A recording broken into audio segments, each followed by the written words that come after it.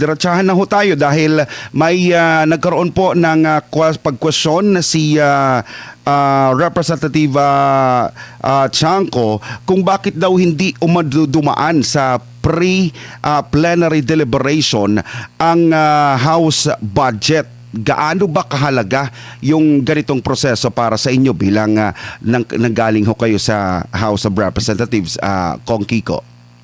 Yes, yung sa pre-plenary deliberation kasi, it's a very important part of the budget deliberations kasi yung una lang pinag-uusapan before a few months before actually passing the budget. Kaya ang gusto ni Congressman Chanco is that the House budget will also be added to the pre-plenary deliberations. And siguro ang naging reply doon, yung napanood kong news report regarding that is that ayaw ng Finance Committee na pag-usapan din yun. Not Finance, ayaw ng Appropriations Committee na pag-usapan din yun. Mm-hmm. Because they are citing it as a waste of time. Oo, pero para sa inyo hindi papayag ho ba kayo na hindi na lang ito pag-uusapan? Ano ba yung maaaring maging problema kung may bahagi ng budget na hindi dumaan sa masusing deliberation bago umabot sa plenaryo? Yes, kasi parang mali naman na sasabihin nila na sayang lang yung oras na pag-usapan doon. Totoo naman na matagal talaga yung proseso ng budget deliberations and yung pagpasa ng national budget. But at the same time, this is the people's money and this is not a small amount. This is 30 billion pesos proposed for the 2027 budget. At siguro, ay nilang masyadong mag-issue regarding that. Since pag pinag-uusapan yung budget ngayon, makakita ng tao na ang sinasabi nila sa Appropriations Committee ay hindi nila nakikita yung mga proyekto, hindi nila nakikita yung actual success of the budgeted programs. Mm-hmm. So ibig sabihin, halimbawa, kasi pare-pareho naman ho tayo taxpayers, gaano ba ka-importante at bakit kailangan natin pakialaman kung dumaan ba o hindi yung deliberation process ng budget na ito? Yes, kasi nakikita talaga natin yan. Kahit anong sabihin nila, totoong bumabaha. At kahit sinasabi na mas konti yung baha ngayon, napapansin pa rin natin na ang mga public statements ng Philippine government at ang nakita nating reality sa mga news sites and even on the ground is very different. And that's the issue that we have today. The more na pag-uusapan nila yung budget at the more na mababalita yung deliberations na on budget, the more we can see the difference between the reality and the public statements that Congress is releasing. Mm-hmm. So ibig sabihin kung may mga Kong Kiko, ibig sabihin kung may mga budget items halimbawa na hindi malinaw ang justification, ano ba yung dapat na gawin ng mga mambabatas bago ito aprubahan? Hindi, actually the problem here is not malinaw naman yung justification noon. We created flood control projects in order to remove the flooding in the district. Ang problema lang kasi is that hindi napunta yung budgeted na pera sa tamang proyekto o sa tamang mga in the right projects or in the proper, it was not properly used and it was not effective in the usage of it. Ang naging problema natin dito is that it was not teka lang. The flood control budget was actually properly budgeted, but it was not properly used and it was not properly done and it was not effective, which is what caused the people to lose faith in the Congress's budget. Kaya ngayon, pag pinag-uusapan natin, whenever there's budget deliberations, they try to remove the topic from that because that could come back at a later time where the issue would be questioned. Sir, balikan ko lang po itong 107.4 billion pesos na ipinanukalang pondo para sa flood control project sa taong 2027. At alam naman po natin, sir, na for these past years, noong 2025, especially nung SONA, sinabi nga ni Pangulong Marcos na meron silang 5,000 flood control projects and after that, finact-check po yan ng Mother Nature, ng kalikasan. Ngayon naman po, sir, 107.4 billion pesos. Para po sa inyo bilang isang dating kongresista, hindi po ba ito nakakabahala? Ano po ba dapat ang gawin natin taong bayan? Parang kasi nadala na tayo nung mga na past years. From what I understand, last year kasi nung nagkaroon ng issues sa flood control, naging popular yung flood control scandals at bumaba si Speaker Martin Romualdez. What they were planning on doing is na hindi nila i-allocate sa flood control projects kasi nakita ng mga tao na binubulsa lang yun ng mga politiko. The problem there is that kung hindi sila mag-allocate ng flood control budgets, matutuloy yung mga baha. So now they are seeing the issues within that as well, na nagkaroon ng flood control budget, hindi natuloy, tapos ngayon, kailangan nila ulit mag-allocate ng flood control budget para sa next 2027, hindi tayo magkakaroon ng ganito. Pero ang problema ngayon, wala ang tiwala ang taong bayan sa mga flood control projects. Kahit nagbago sila ng speakership, we can see that there is not any significant change despite the change in House leadership.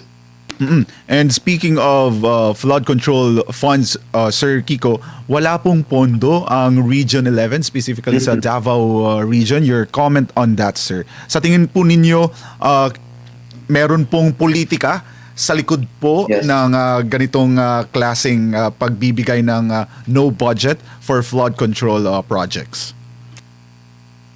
Yes, nagkakaroon ng pamumulitika din doon since there was also removal of committee chairmanships and vice chairmanships after the voting for the impeachment 3 months ago, I believe. Pagkatapos noon, nagkaroon ng shift in how the budget was made. Well, hindi lang how the budget was made, but also how the House treated the members who voted no for the impeachment. So there's possibility of politicizing there. Sir, maaari po ba yung, for example, tayo po, taong bayan, mayroon po ba kaming pwedeng magawa para lang, kasi parang nangyayari po, approved ng budget, pero yun nga, kung titingnan po natin doon sa mga laylayan, tatanungin natin yung mga kababayan natin kung ramdam ba nila yung serbisyo ng gobyerno. Marami po talaga ang nagsasabi na hindi nila ramdam. Ramdam ba nila yung proyekto pagdating sa flood control? Marami ang nagsasabi na hindi nila ramdam kasi binahanga sila. So ano po ang pwede magawa ngayon ng ating taong bayan, especially sa pagbabantay po natin dito sa 2027 budget na napakalaki po, 7.2 trillion pesos. Yes, ang mahirap kasi dyan is that it is outside of election period and it's still 2 years before election. Well, next year, filing of candidacy na, so medyo malapit na yun. And through the electoral process is really where we can show our voice. Pero ngayon, we still have the constitutionally granted rights of freedom of speech and freedom of expression. Kailangan talaga nating ipakita kung ano talaga ang sitwasyon sa Pilipinas. And once it reaches not just local news, but also international news, pag nakita na ng mga ibang bansa kung gaano kalala na ang sistema dito, that's when changes will have to be made. That's when changes will become necessary. Pag nakita nila kung gaano ka laki ng perwisyo na ang korupsyon sa taong bayan. Kung Kiko, balikan ko lang yung nangyaring mga pagbaha dito sa Metro Manila tapos sa iba pa na mga lalawigan ho natin. How do you take on sa reasoning ng government natin na meron naman talagang flood control na overwhelmed lang sa baha. And now, paulit-ulit na nangyayari itong mga pagbaha, sinisingil ng kalikasan yung mga projects na yan. And yet, consistent sila sa reasoning na meron naman talagang flood control na overwhelmed lang. So parang sinasabi ng mga netizens natin na abay parang parang nagwalis lang tayo ng pera na nagkakahalaga ng 1 trillion something pesos na yan. Tapos sasabihin na overwhelm lang. I think that's impossible na ma-overwhelm yun. Kasi pag nakita mo yung 2025 flood control budget sa Quezon City, it was hundreds of millions, some even almost reaching 1 billion. Paano ma-overwhelm yun? How big are their districts? And how flood-prone is it that hundreds of millions of pesos cannot fix it? Parang sobrang laki na ng allocated na pondo doon na imposibleng hindi nila maayos yun unless kung around 80%, 100% ang ninakaw. So even kahit kalahati ang nakawin nila doon, it would still be a significant project with the amount of money that they allocated for those projects. So yes, that's clearly true. imposible na gumagana ang flood control projects na ginawa nila, na ina-allocate nila doon kahit sobrang laki ang budget na nilagay nila. Mhm. Pero ngayon na nasa kamay na lang ng ombudsman itong investigasyon tungkol sa flood control, ano yung inaasahan po ninyo na mangyayari at Yes. least before the end of this year, kung may mapaparusahan nga ba na malalaking isda na sinasabi?